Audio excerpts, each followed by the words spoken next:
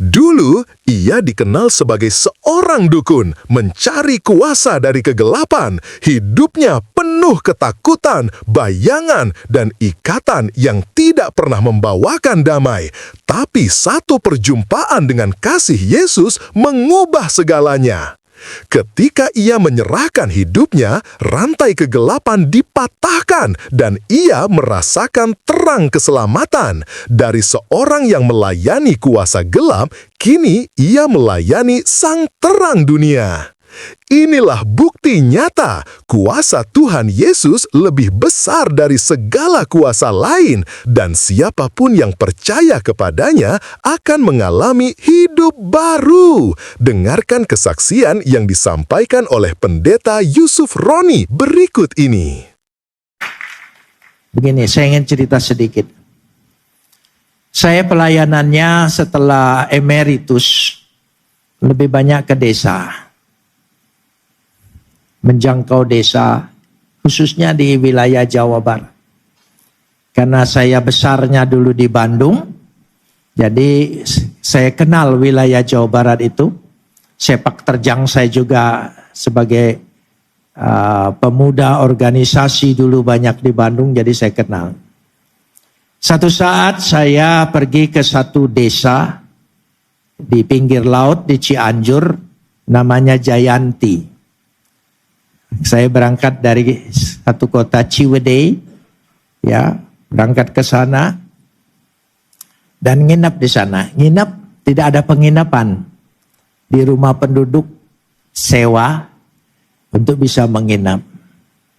Waktu saya menginap di sana beberapa kali, satu pagi waktu saya membersihkan mobil untuk pulang ke Bandung, ada bapak-bapak yang paruh bayah mendekati saya. Sambil memegang tangan saya, dia bicara, "Maaf bah, ya boleh ndak bagi ilmunya?" Bagi ilmu? Saya agak heran begitu. Iya. Nah, dia katakan, "Saya sejak Abah datang ke sini, setiap orang baru, saya selalu mencoba.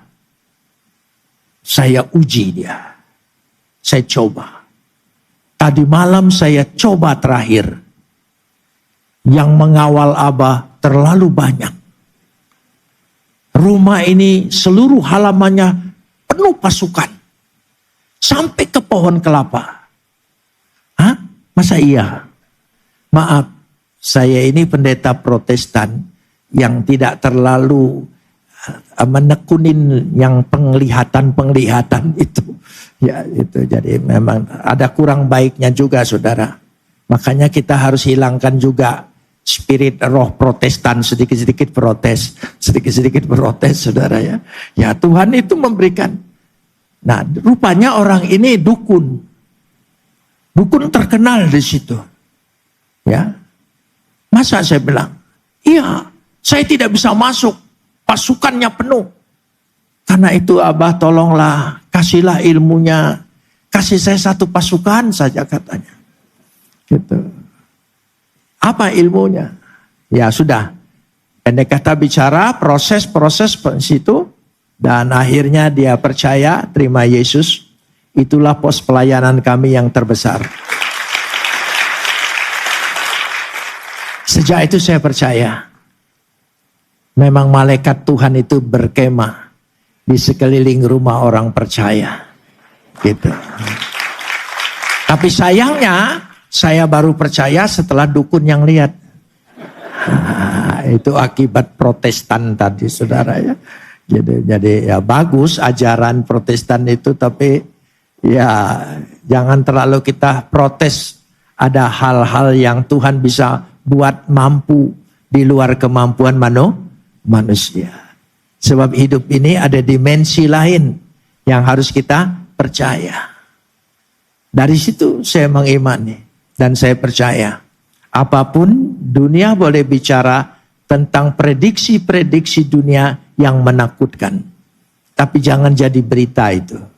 Beritanya adalah firman Tuhan. Masa depanmu di tangan Tuhan. Aku menyertai engkau. Amin. Pertobatan hidup dan percaya kepada Tuhan Yesus. Saudara-saudara yang dikasihi Tuhan, hidup manusia adalah sebuah perjalanan. Perjalanan yang penuh dengan pilihan, persimpangan, dan jalan yang seringkali membawa kita jauh dari kebenaran. Banyak orang hidup dengan segala kesibukan, ambisi, bahkan kesenangan dunia. Tetapi di dalam hatinya tetap ada kekosongan yang tidak bisa diisi oleh apapun. Kekayaan tidak bisa mengisi, popularitas tidak bisa menolong, bahkan kuasa dunia tidak bisa menyelamatkan. Alkitab berkata dalam Roma 3 ayat 23, "Karena semua orang telah berbuat dosa dan telah kehilangan kemuliaan Allah." Inilah kenyataan kita, manusia jatuh dalam dosa, terpisah dari Allah, dan membutuhkan jalan kembali. Dan jalan itu adalah pertobatan. Apa itu pertobatan? Apa itu pertobatan? Pertobatan bukan sekedar perasaan menyesal karena melakukan kesalahan. Pertobatan bukan hanya menangis di hadapan Tuhan, lalu besok kembali melakukan hal yang sama. Pertobatan sejati adalah perubahan arah. Dalam bahasa aslinya, kata pertobatan, metanoia, berarti perubahan pikiran, meninggalkan cara hidup lama dan berbalik menuju jalan Tuhan. Ini berarti ada transformasi, ada langkah nyata untuk meninggalkan dosa dan memilih hidup dalam kebenaran. Yesus sendiri berkata dalam Matius 4 ayat 17, "Bertobatlah, sebab kerajaan sorga sudah dekat." Dengan kata lain, pertobatan adalah pintu masuk menuju keselamatan yang sejati. Tanpa pertobatan, kita tidak akan bisa mengalami kasih karunia Yesus secara penuh. Mengapa kita harus bertobat? Saudara, dosa itu ibarat racun yang membunuh jiwa perlahan-lahan. Mungkin di luar kita tampak baik-baik saja, tetapi di dalam hati kita hancur, penuh luka, penuh belenggu. Alkitab mengingatkan dalam Roma 6 ayat 23, "Sebab upah dosa ialah maut, tetapi karunia Allah ialah hidup yang kekal dalam Kristus Yesus Tuhan kita." Artinya, kalau kita tetap hidup dalam dosa, akhir perjalanan kita adalah kematian kekal, terpisah selamanya dari Allah. Tetapi ada kabar baik, Allah menyediakan jalan keluar melalui Yesus Kristus.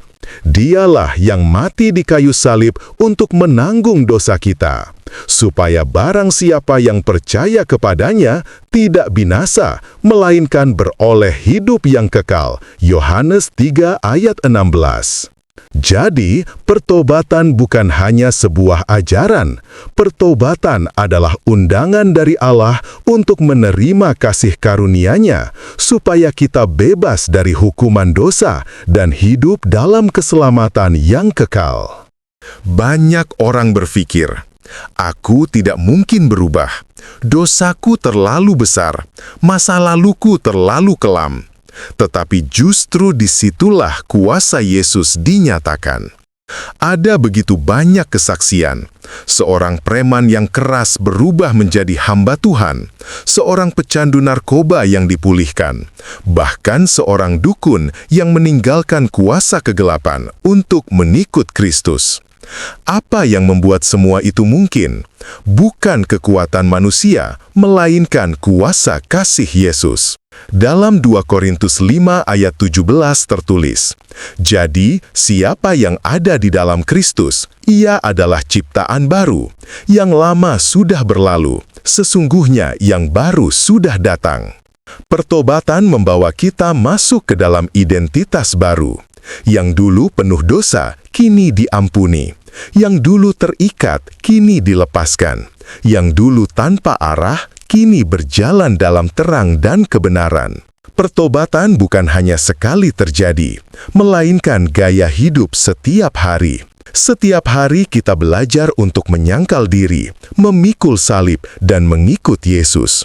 Pertobatan berarti menjaga hati tetap melekat pada Tuhan, menjauhkan diri dari dosa, dan hidup dalam pimpinan Roh Kudus. Hidup dalam pertobatan juga berarti memancarkan kasih Kristus kepada orang lain. Kita yang sudah diampuni, belajar mengampuni. Kita yang sudah diselamatkan, menjadi saksi supaya orang lain pun mengenal Yesus. Dan inilah janji Tuhan. Siapa yang bertobat dan percaya kepada Yesus tidak akan dipermalukan. Ia akan diberi damai sejahtera, sukacita yang tidak tergoncangkan, dan pengharapan yang kekal di dalam kerajaan Allah. Saudara yang dikasihi Tuhan, mungkin hari ini engkau merasa hidupmu terlalu jauh dari Tuhan. Mungkin engkau berpikir sudah terlambat untuk berubah. Tetapi, dengar baik, di dalam Yesus tidak ada kata terlambat. Kasih-Nya selalu lebih besar dari dosamu, pengampunannya selalu tersedia, dan keselamatannya adalah anugerah yang tidak bisa dibeli dengan apapun. Mari buka hati dan berbaliklah kepada Tuhan. Bertobatlah dan percayalah kepada Yesus. Karena hanya di dalam Dialah ada keselamatan, hanya di dalam Dialah ada pengampunan, dan hanya di dalam Dialah ada hidup yang kekal. Hari ini bisa menjadi awal yang baru, sebuah kehidupan yang dipulihkan, diselamatkan, dan dipenuhi kuasa kasih karunia Tuhan. Tuhan Yesus memberkati.